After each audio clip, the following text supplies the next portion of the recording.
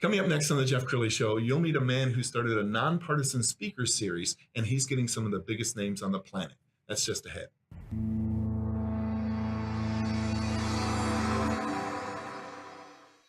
Many are predicting that the worst is yet to come, which is unfortunate, said one person here. Until now, they've enjoyed the reputation of being the nation's icebox. Watched a burglar in his home this morning by webcam. As a journalist of over 25 years, stories are what make my world turn. Reporting live from the Dallas newsroom tonight, Jeff Crilley, Fox 4 News. But in 2008, I took the jump from my familiar life and started a PR firm from my home. We're talking about anyone with a camcorder like the one I'm using becomes a television network. We started slowly growing the company, and we now have over 100 clients, and we've branched into the world of live digital broadcasting. I now own 8 different TV studios and have a huge team, and the stories that I now get to share are sometimes the most important of my life. Life has a funny way of coming around full circle. This is the Jeff Crilley Show. Well, it seems like a lot of people are talking and no one's listening. And if you tune into the news, sometimes you're just getting a high-level overview of a situation, and you're not really drilling down deep into subjects. To talk about that today, David Hamilton. He's the founder and chairman of America's Future Series. Thanks for coming on the show. Thanks for having me, sir. Yeah. Well, I'm so impressed with what you've built.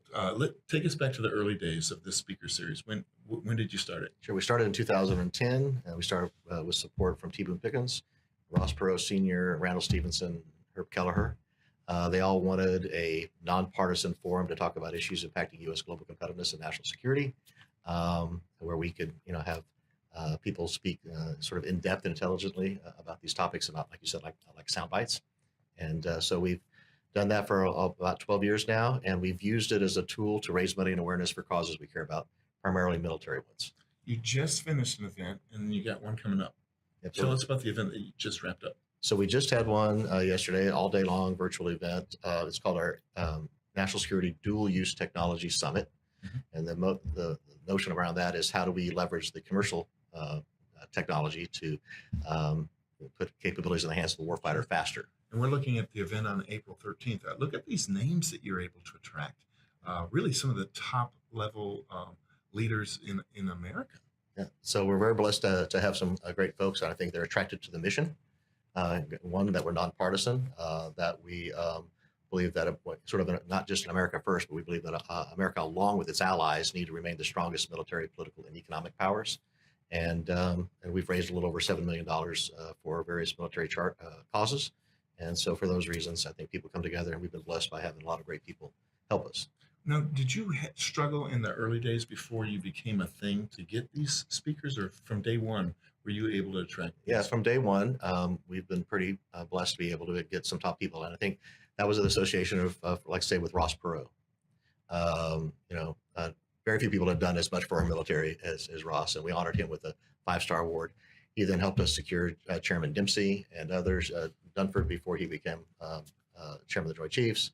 And more recently, we've had people like Sir Richard Branson, you see there, and others, and we're going to honor Elon Musk at the end of the year. So that's what we've already been really good at being able to do. I will tell you that we were sort of a ragtag team of volunteers, and 100% of the money that we raised went to the charity. So we're really good at getting the speakers, and I think they care about our mission and that ethos, but we can do a better job. We're always trying to improve. We'd like to be as professional and look as good as you guys do here. Well, you're kind. And I got to brag about David. I put him out to the media. And how many interviews have you done here in the last 12. 12. And sometimes you're on for a full hour. Mm-hmm. He's been talking about the U.S.-Ukraine situation. Give us an update. How do things look right now? So, yeah, an invasion, if you want to call it that, has occurred.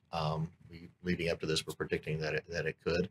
We were hoping that it could be avoided. And I do think there's a sliver of hope that we can negotiate, that we can use diplomatic means to keep Putin from continuing on to taking Kyiv and taking the rest of Ukraine. I'm not very happy that we got to this point, to be honest. I think it could have been avoided. And I think we need to pick up the phone and actually negotiate on the two issues that he cares about most. We could stop this. Sure. And you come from a perspective of you're not going to take sides. It's not liberal. It's not conservative. Certainly, we've got some of the best and brightest people in Washington giving President Biden advice. Do you believe he's listening to it? Do you believe that we're on the right course here? So I do think we have a new generation of people. This is a younger group. We might call them 20th century geopoliticians. Putin is a 19th century politician who understands strength and power, et cetera. I think it's really black and white and sort of cold hearted for him. I think we've sort of had a number of the advisors, the advice he's gotten has been, oh, this is going to be okay. We can just negotiate this. There's no rush. No, there's a rush. And he's been saying for a long time that if we try to add Ukraine to NATO, he would take over the Ukraine. I think in a sort of a moment of weakness where he says us being sort of fragmented, et cetera, he took his opportunity. I don't think President Biden is getting the best advice he could get. Well, I heard on the radio the other day that Putin is a guy who his numbers go up when he's being a strong leader. And historically, polls have gone up in America when a president is facing a international crisis. We do tend to rally, yes, sir. Yeah. How much do you think of this is posturing? So none of it's posturing, even though he does care about optics. He waited till after the Olympics to do this, right? He has been running on Russian television that the ethnic Russians in the eastern part are being abused, that there are human rights violations. So he does care about all of that. But it's, people always wonder, what are the motivations of Putin? Well, they're really clear. It's really easy. He will tell you, I don't want Ukraine in NATO, and I want you to recognize that Crimea is now part of Russia. We have been summarily dismissing those two things for weeks. And he said, fine, you're not going to stop from trying to put a threat on my border. Because when we moved into, when Poland became part of NATO, et cetera, with the Germans, we've moved troops in, we put bases, we put missiles. That's clearly a threat to him. We wouldn't want that in Nova Scotia here, with the Russians being here. We didn't want missiles at Cuba. And I think we've been naive and a little simple-minded, et cetera, saying, the road to hell is paved with good intentions. We want to expand democracy. We want to expand free enterprise. We want to expand freedom, et cetera. But at what cost? Choices have consequences. Sure. And the consequence of continuing to poke the bear is you now have no freedom. Yes. You now have a nation that is no longer independent, is about to be completely taken over. And that's because of some of the somewhat Pollyanna, sure, naive expectation that we could keep poking the bear and he wouldn't bite. How strong is NATO? Because the media kind of portrays this sometimes as U.S. versus Russia. How strong is NATO? NATO is strong if you attack one of the NATO partners. I mean, if England was attacked, they would rally. If France was attacked, et cetera, right? The Baltic states, Estonia, Latvia, that were allowed to sort of break away and become. And the question is, what calculus would we have? Let's say he wanted to invade Lithuania. Would we allow that? I don't know the answer to that, to the resolve that we would have. I do believe that if he attacked France or Germany, sure, all hell would break loose. Do you believe is Putin trying to put back the Soviet Union? Yeah, that is a want that he has. He has a need for security, and he can say, and wants to say that's a ruse. I would like to expand back to the pre-Soviet breakup. I'd like to return to that level of prominence and power. They all would. They're nationalists, they're patriots, et cetera, and they'd like to expand their territories.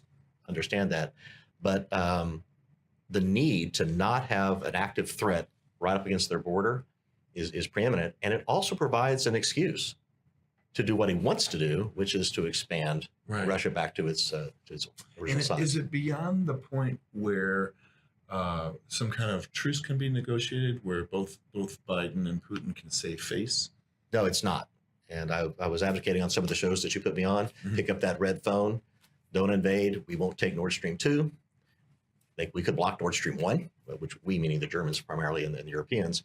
But we could block that. We could continue with these financial sanctions, et cetera. We can ratchet that. We will not do that, okay? And we will agree to not continue to push to put Ukraine into NATO. In exchange, you will withdraw, or more likely, simply recognize the independence of the Donbass and stop there and not continue. I think that's a very easily negotiated settlement where both sides win. We only have about a minute left. Final thoughts about America Future series. Where do you see this all going for you? Yeah, we continue to try to expand our reach, et cetera, the quality of the folks that we bring in and the money we raise for charity.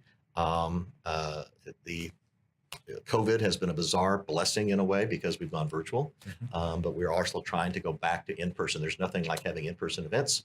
And so we're going to have a couple of those a year, but it seems like our mainstay now is your realm, which is the virtual world. Wow.